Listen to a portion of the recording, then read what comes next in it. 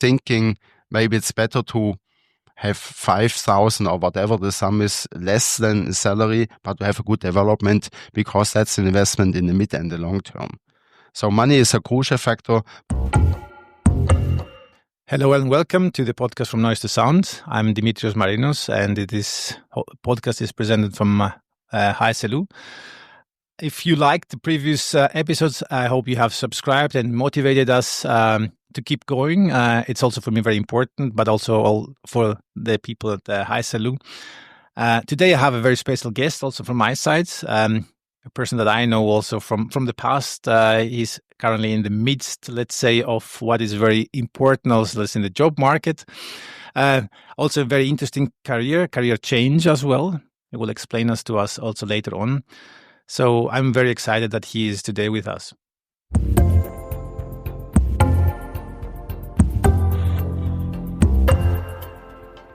Hello, Alexander Zinsler. Hi, Alex. Hello. Hi, Dimi. Good to see you again. Nice to see you as well. Thanks for coming. I really wanted and was looking forward for this exchange with you. To be honest, I think this very important times also for the young professionals, for students, and since you're a person from the market, I think your contribution is of an essence. So currently, I don't like the word, but I mean usually your current job is like a headhunter, let's say. Yes, I'm a headhunter. Yeah. But what is the wording actually? Because headhunter is what people say in the market. I mean, the official name is I'm in executive search, but at the end, I'm a headhunter.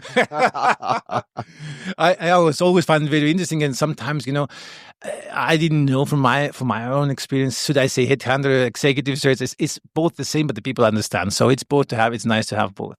So. What I would like to come back is of course you have a huge background. You're coming from various companies. You were always in the legal, and then now you went to executive search, as you mentioned. Can you please guide us a little bit through how did this change drive you? What motivated you to this change? How did it come? Yeah, sure, Dimi. This was a kind of a development for myself. I was, after more than 20 years, or within 20 years of experience in big corporate. I was chief legal officer at various international company. I was thinking myself, how shall I live the next years for myself in terms of development? And what I have done all the years, I was always a networking person. Yes, I can say that. Yeah, I, for example, I was the president of the IMD Alumni Club in Zurich. That's a business club with more than 1,000 people.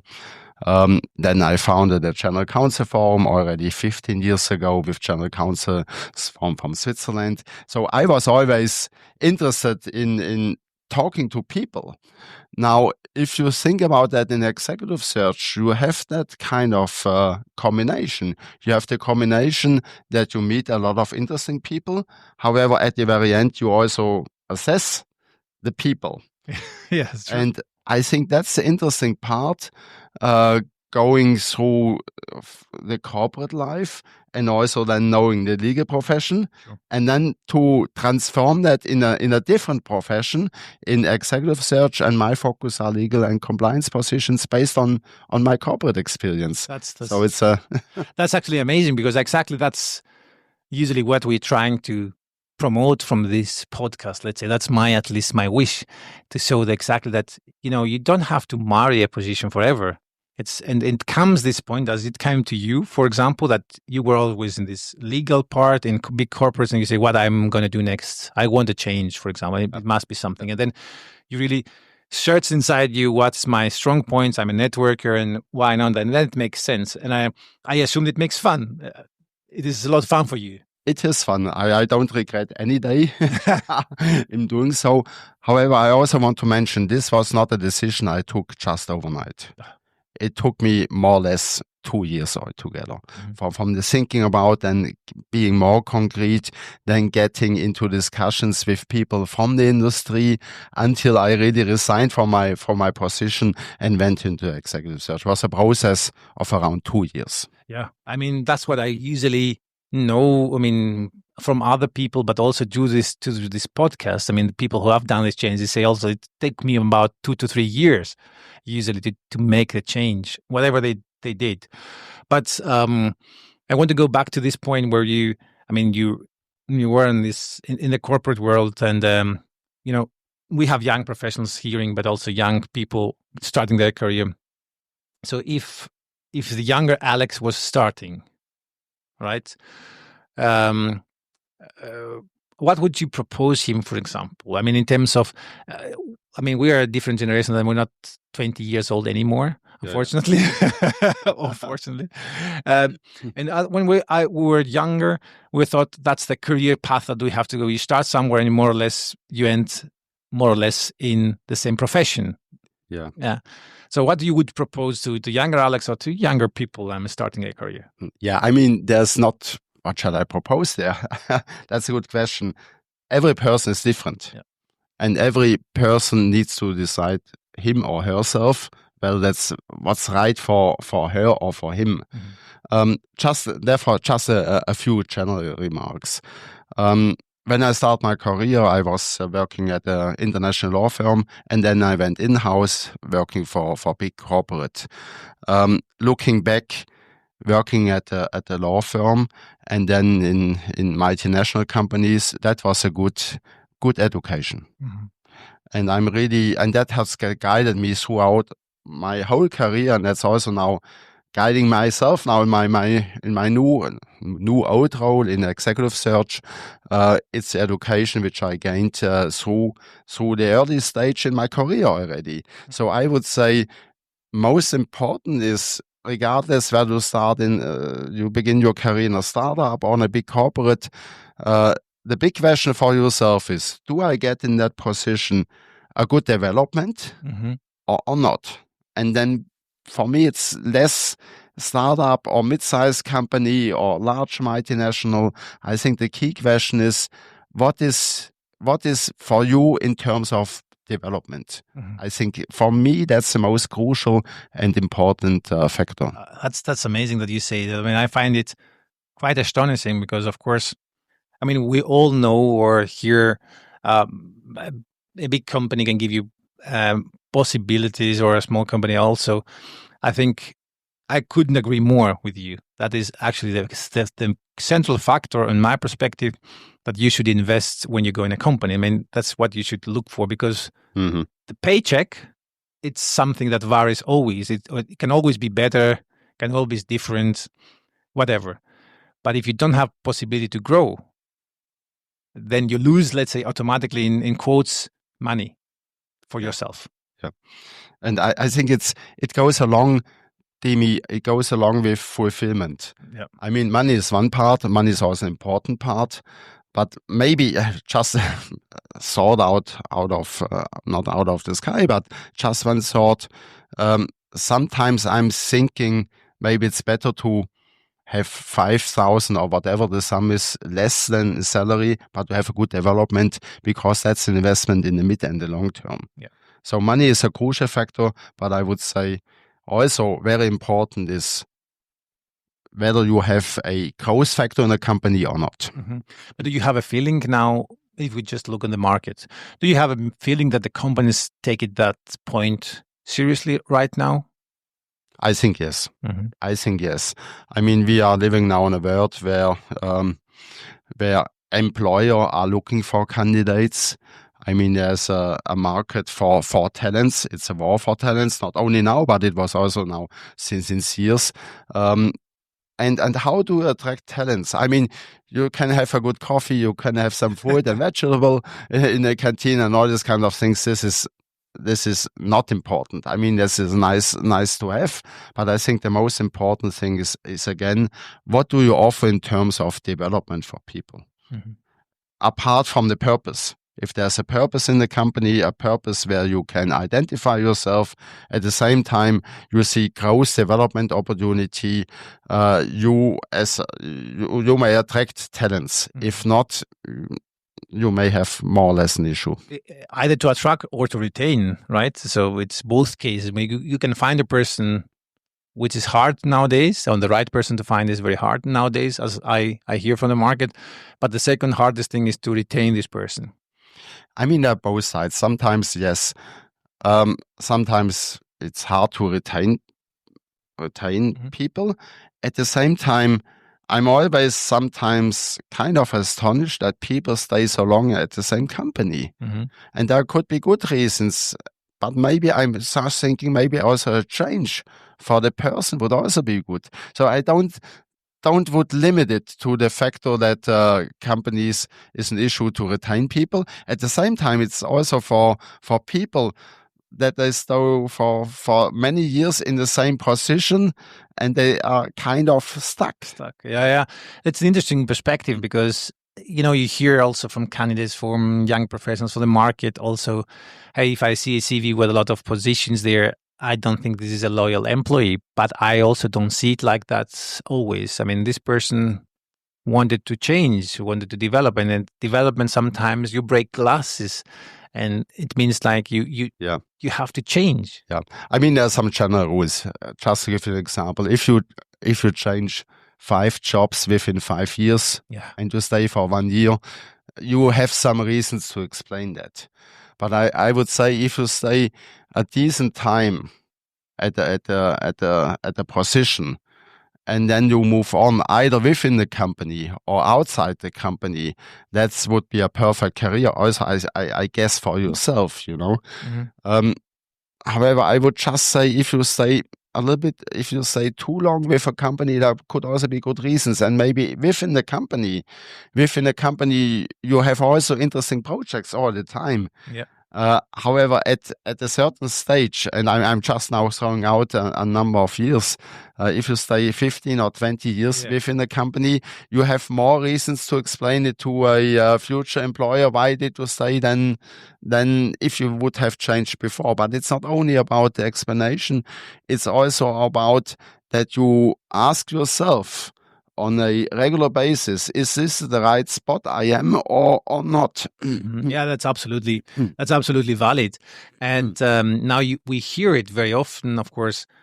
I mean, you are now in the midst, naturally, you said about the war of talents. That's what you mentioned also before, and we know that the sentence plays a lot lately. And if there's a war of talents, especially executive searches, you are in the middle of this war. I mean, you see that firsthand. You're the first line of defense, and you have on the one side the companies asking for, hey, please find me this type of talent, and you have the other time the talent, hey, I'm a little bit lost. I don't know who could be the right employer. I mean, I'm in executive search. I do positions on the leadership sector. It's there's less, if I may say so, there's less a war for talents. The reason is because at a certain people are looking for development. They are looking for change, especially on the leadership sector. For me, the bigger question is not so much in my current role. It's not so much about looking for the talents. For me, it's searching for the right person. That's the crucial part. What is the right person for you? In terms of skill set, which is necessary, but most importantly, is a personality. Does the person fit within the company and vice versa? That's the most important thing. We had also before another episode where a colleague mentioned exactly the same thing. I mean, that's also very important to stress out. Companies will search for the personality. Skills is important, equally important, also very important. But if you don't have a personality, you can be the best crack in the world. It will not going to happen.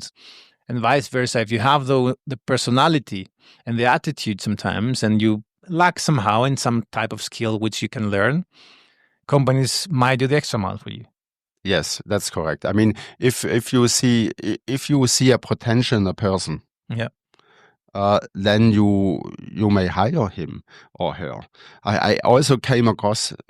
I mean, I also talk a lot to CEOs, and just most recently, a CEO told me, I hired someone with with her or whom I saw potential. I didn't have now a good position for her. I gave her a position where she can come into the company, but let's see how she develops. So sometimes company also do a bold step and they hire someone where they see potential without having now the top leadership position for her or him. No, and I think that's a good pedigree also as a good example, for other new employees coming to the company and say, you know what, this happened to her, to him. That means, of course, that I have a potential to move on, to grow on that. But let me flip a little bit this question that I made to you previously.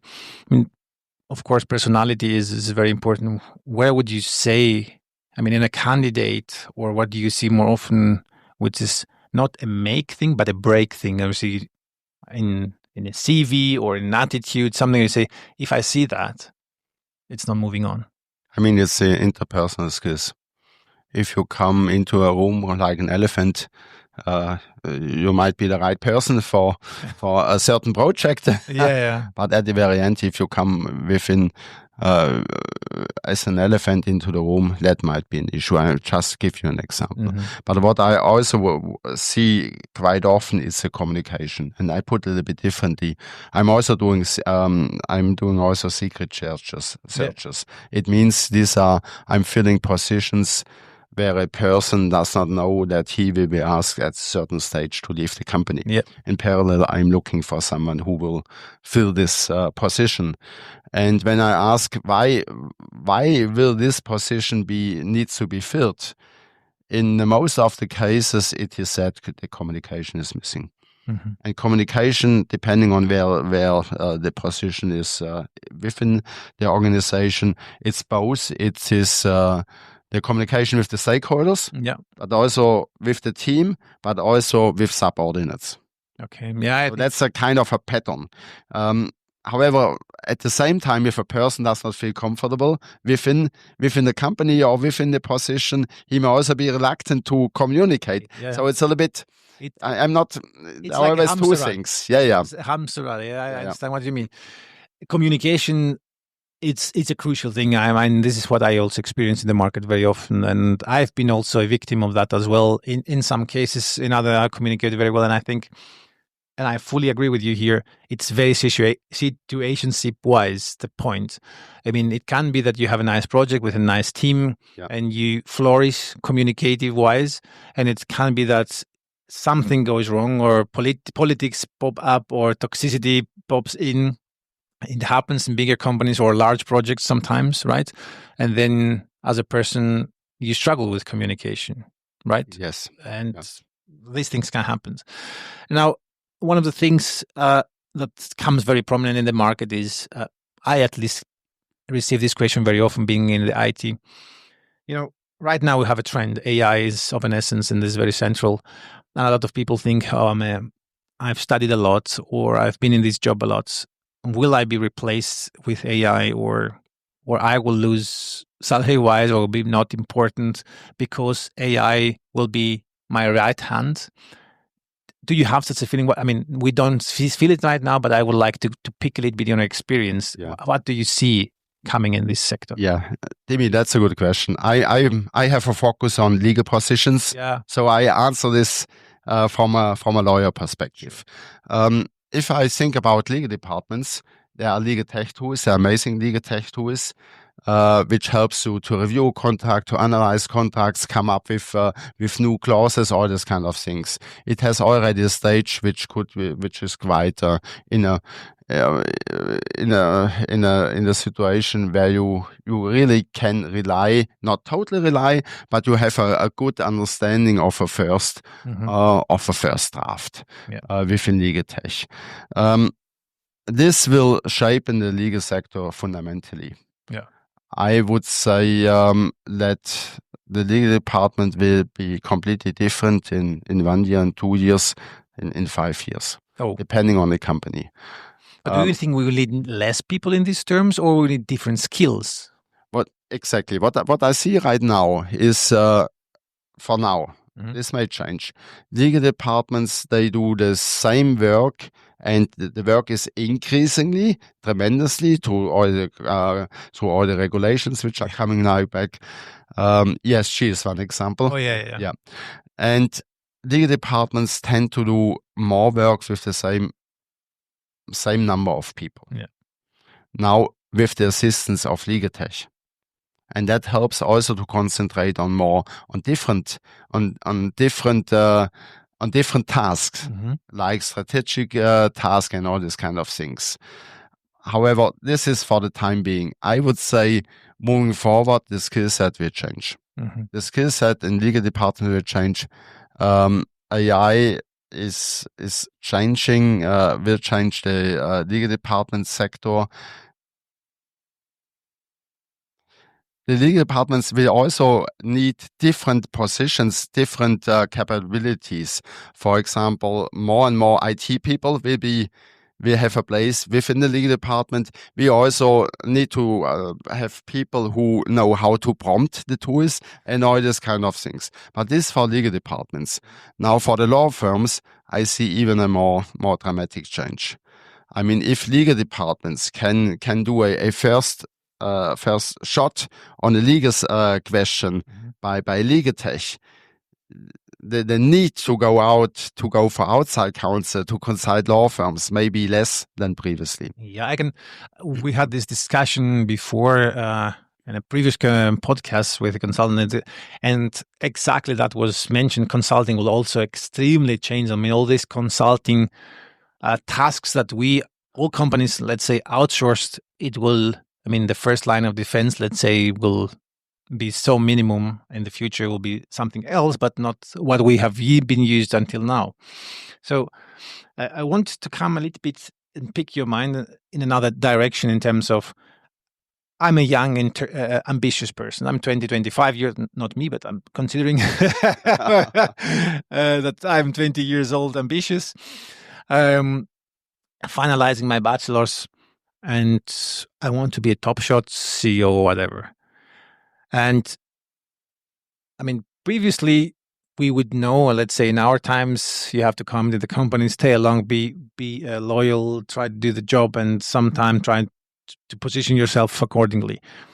But the times have changed. So if I was such an ambitious person, what would you advise me? I mean, where should I focus? Focus is good. You should focus. At the same time, it goes along with flexibility. Okay. I mean, in terms of flexibility, education, training all the time, you need to be relevant. Mm-hmm. You need to be relevant, otherwise you will be out of the market at a certain stage. I think the most important is being relevant, and being relevant is always also ideally ahead of the curve. Mm-hmm. Not waiting until you see a development, but going before the wave, before something coming on. Jump on the new technologies. Jump them before they really arise. Mm-hmm. But be always ahead of a bit ahead of the wave. Mm-hmm. I would say that's a crucial part. Skills are important. At the same time, the skills will change, and they change always. Yeah. So you also need to be flexible in changing your own skill set all the time.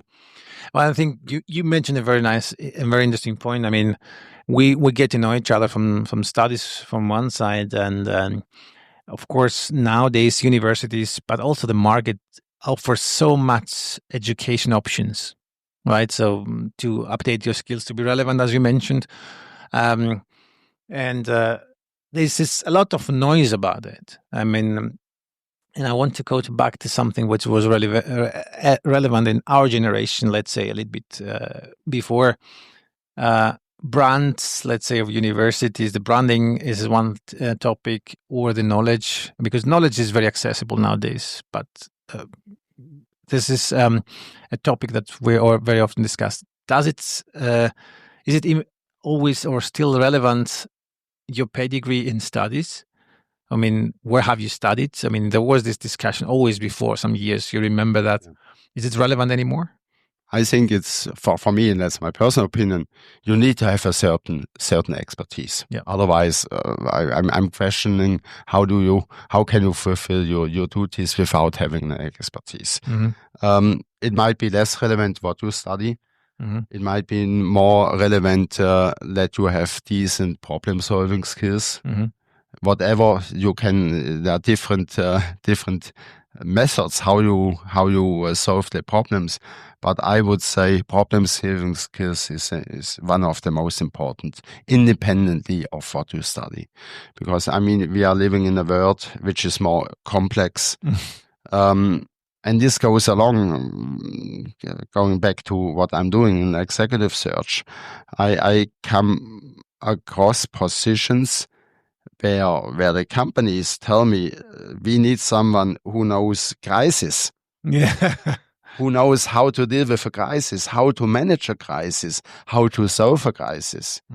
And I would say, independent of the study, things like crisis management, problem solving skills are most important. How do you search about that? You can write, in CV, you can highlight some things, but at the end of the day, I can write whatever I want in a CV. At the end of the day, how do you find this problem solving, crisis management skills on a person? How do you do it? How do you express it? How do you communicate as a candidate that I have this skill? I mean, first of all, in the interview, you may ask the right questions, but you can also see it in the CV in which kind of projects he worked on, and then you go in interview, and then sometimes companies, depending on the level, they also go on a case study. No. And they ask people to let's go for a case study and or a presentation. These are kind of tools where you can assess whether someone has problem solving skills or not. Yeah, that's actually I'm always pro of such assessments. I mean, I think the time where you just have an interview with someone and say, okay, there's a guy and the CV looks good and I can communicate with this person, it's fine. I think it's past. So I think, especially when you're doing executive, you have to make sure that it's the right person. And there's another thing which I do on top is the reference check. That's a good point. For positions, I ask for the reference. And I mean, the candidate, he will name references which are most likely favorable in the person. However, if you talk half an hour with someone who worked together with the candidate for a certain time period, if I have a conversation with that person for half an hour or even longer, you learn a lot. Yeah. You learn a lot. References is always a tricky part. I mean, everyone is really, speaking from my experience, I'm giving the references when we are in a further stage. Yes. At the later stage. At the later stage, I don't give the reference in the beginning because I don't want to bag a person, let's say in the beginning, and it's a lot of people. I mean, people who are not that professional, perhaps like you do it at the end, they just do the reference check very in the beginning, and it's not certain, and then someone bags person. I mean, it makes no sense, and they get frustrated. But I understand. So for me, it's also interesting when I see. I mean, you were also a candidate. I mean, what is the struggle that you faced as Alex? I mean, you were in legal and you changed executive search. It took you 2 years, first of all, to realize I would like to make a change. I would like to make this kind of change, and this is my sector. So what was the biggest struggle that you have experienced in between to find the spot? I mean, that's a good question, Dimi. I started an executive search and I just did it with thinking for sure. But I just jumped into this night in this new role. I'm working hard. Yeah. I mean, that might be a factor. I'm working hard, but apart from that, I just did now in 100% what I also did before, in addition to my day-to-day job. I mean, it's networking. I'm meeting a lot of people every day, you know. So for me, it was not really a struggle in myself. I just did what I like, you know. You liked, yeah, of course. I mean, I was merely wouldn't try to reach out this point where you wanted to make the big flip from legal to executive. So you wanted this change, the psychological part of the change, not the practical part of the change. I want something new. Is this something that I would like to do for the rest of my life? And then you changed.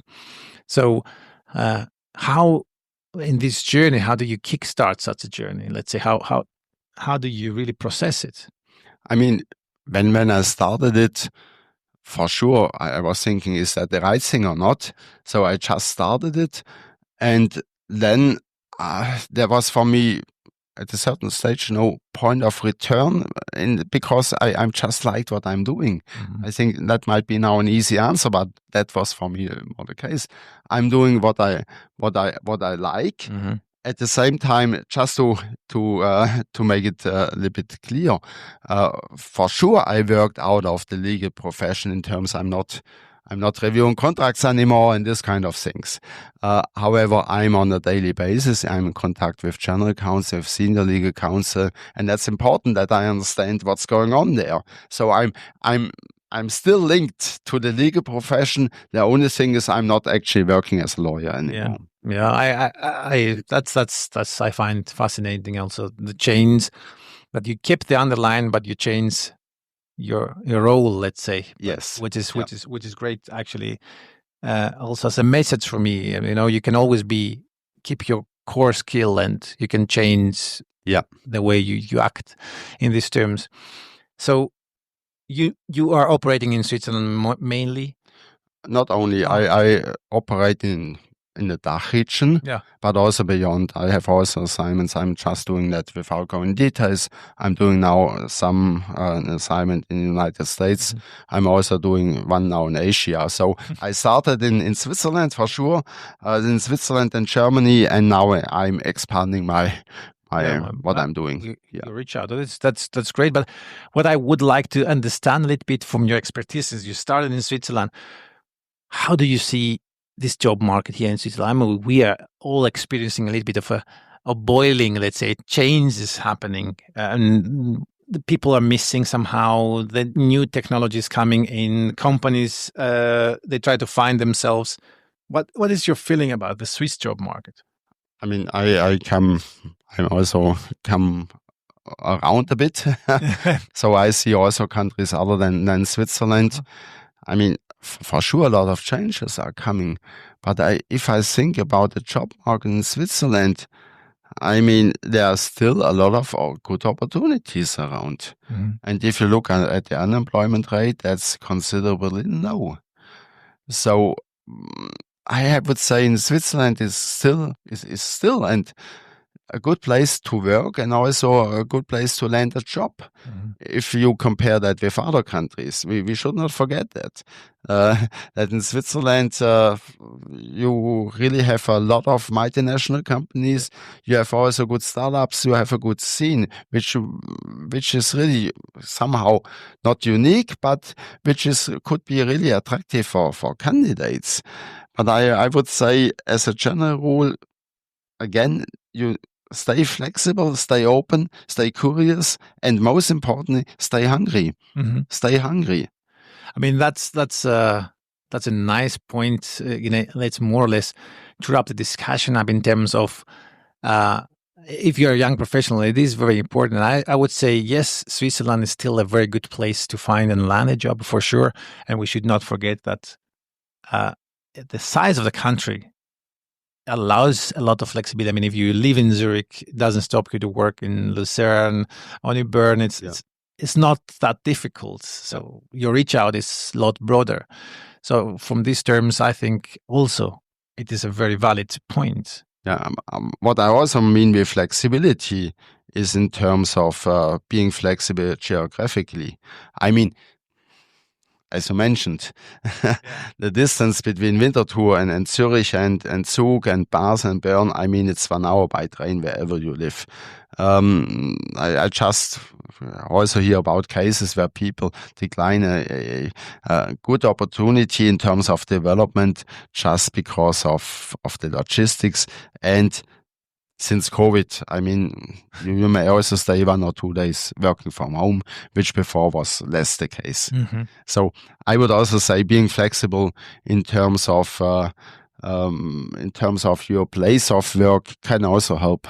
But you give me a nice puzzle, which I would like to place as a last question. I mean, we have a lot of discussion, especially in the big tech world, but also in general, this remote work. Remote work in some companies is strongly questioned. Yes, I think for good reasons. Of course, it's good reasons. Yeah. So I would like to pick your mind, like being, let's say, in the executive search, right?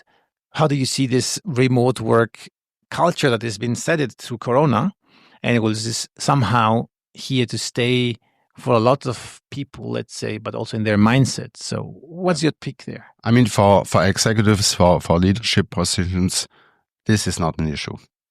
I mean, if you are in a certain position, I think it's essential that you are at least 4 days on the ground in the company. So that's not in question. It's more the question of the teams and working together. And there are different approaches, and each company is different. How hard they are with working from home or from within the company.